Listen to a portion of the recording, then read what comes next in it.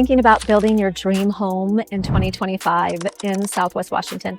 Well, before you pick out that perfect kitchen backsplash or start imagining the smell of fresh paint, there are 10 things you absolutely should not do when buying new construction. And trust me, these tips could save you thousands, hours of stress, and maybe even a few arguments over cabinet colors and sizes. Hi, I'm Shastine, your local Southwest Washington Realtor, helping buyers from all over the country relocate to the amazing communities that we have here in Southwest Washington. Whether it's Vancouver, Camas, Ridgefield, Battleground, Washougal, Le Center, you name it. If it's in Clark County, I have you covered. I've been doing this for over 20 years, and I have helped countless clients navigate the new construction process with local builders, from small boutique builders to even national names.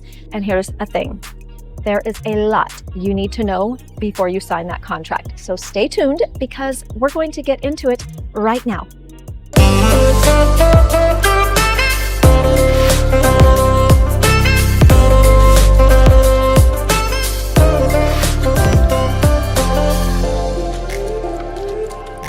I'm sure you can tell from my backdrop that I am not in Southwest Washington right now, but all things YouTube and staying connected with you is very important. So I'm taking a snippet of my time to give you some tips here. So here's the first one.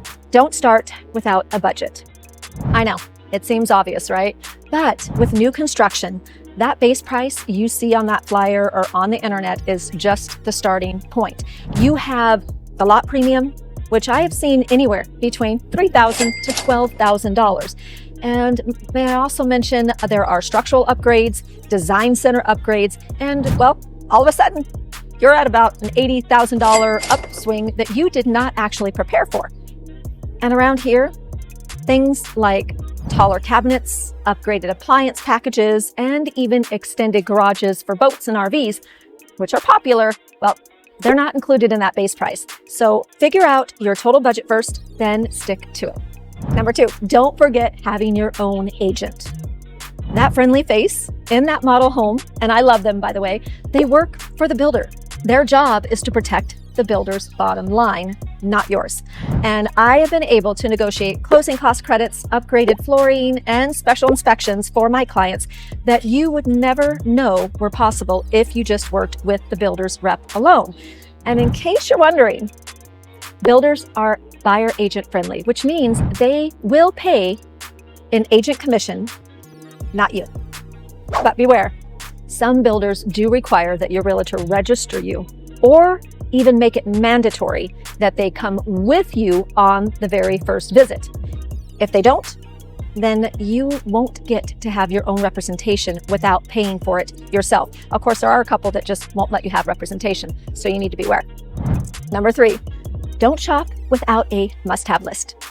Before touring that model home, you need to write down your non-negotiables, like that 3-car garage, primary suite on the main floor, or a backyard big enough for that trampoline. Otherwise, you're going to see those beautiful stage models and get swayed by the things you don't really need. And around here, people often get distracted by river or greenbelt views, and they forget that they needed that home office space. Number 4, don't let builders' deadlines pressure you. Builders love telling you an incentive ends this weekend, but in our current market, there's usually wiggle room, and you have time to actually, you need, should I say, time to actually review the contract and strategize with your agent. And remember, to have your own agent, I must mind you. Otherwise, you won't actually be able to do this. But I've heard the horror stories of too many buyers rushing only to realize later that they could have negotiated a better upgrade or even a lower price, or, they actually was not aware that what they were looking into was not the best suited for them, all because they were pressured on deadlines.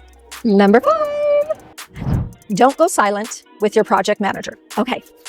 Once you're under contract, you'll be assigned a project manager, and your inside scoop is going to come from him, because he will update you on the building progress. Now, mind you, the sales rep will probably be involved with that call as well, but the goal, stay in touch.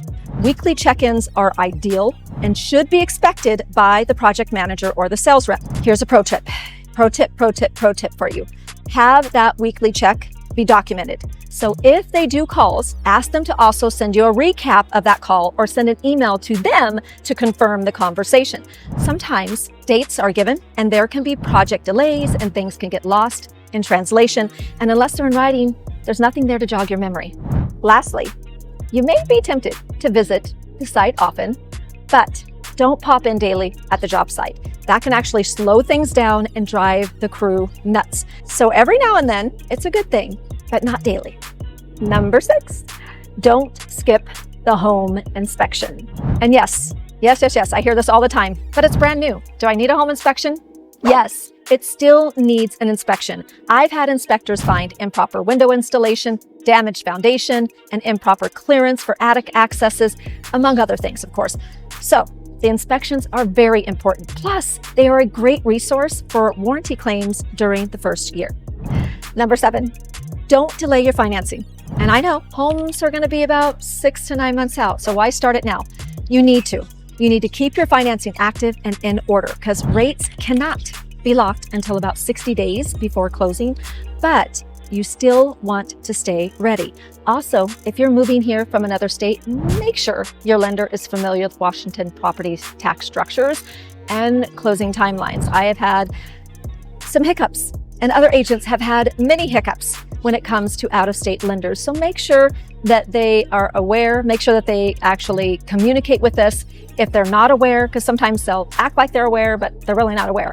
But the whole point is make sure to start your financing immediately to have things in place. After all, it only educates you more about the different loan types that are involved with new construction. Some lenders can actually do rate floats. Some lenders can actually lock twice. There are lots of different things that you're going to need to know, and you won't know until you start ahead of time. Number 8 is kind of has to do with number 7. And that's, don't forget about homeowners insurance. It's amazing how many closings get delayed because the insurance binder isn't ready. And in Southwest Washington, especially if you're building near wooded areas, you may have extra considerations for fire coverage. So you want to shop around early. And this is all part of getting started early with all things that have to do with your financing. Number 9, don't miss the builder's walkthrough. If I have to say anything, this is one of the most important days. Usually it's about a week before closing, and you'll learn how to use every system in your home, how your warranty works, and where the water shutoff valve is, where the gas lines are, if you have them. And if you're relocating, it's more important to be here for this than for closing day. You can close remotely, but to see and understand how your home works and confirm that everything is picture perfect, that will need to be seen in person and not virtually if you can help it.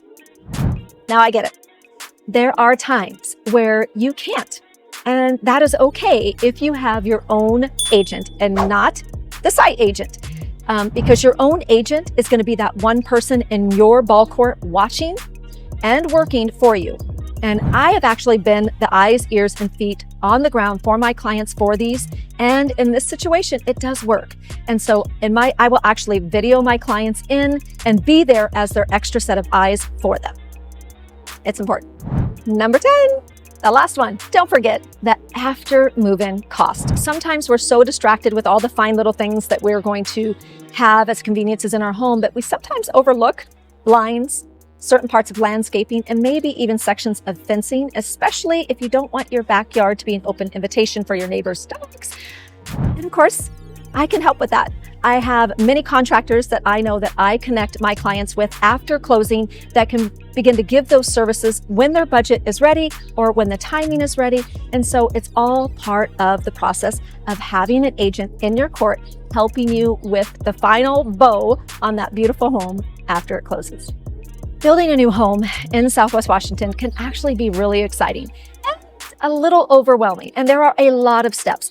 But I hope that by watching this video and you avoiding these 10 pitfalls, you're going to save money, time, and stress. And of course, if you're thinking of building here, whether it's in Felida, Camas, North Shore area, or Ridgefield's new developments, let's talk.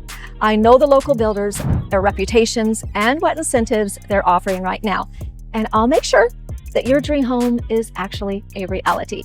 Thank you so much for watching. I am Shastine, your Southwest Washington relocation and new construction expert, and of course, all things pre-existing, right?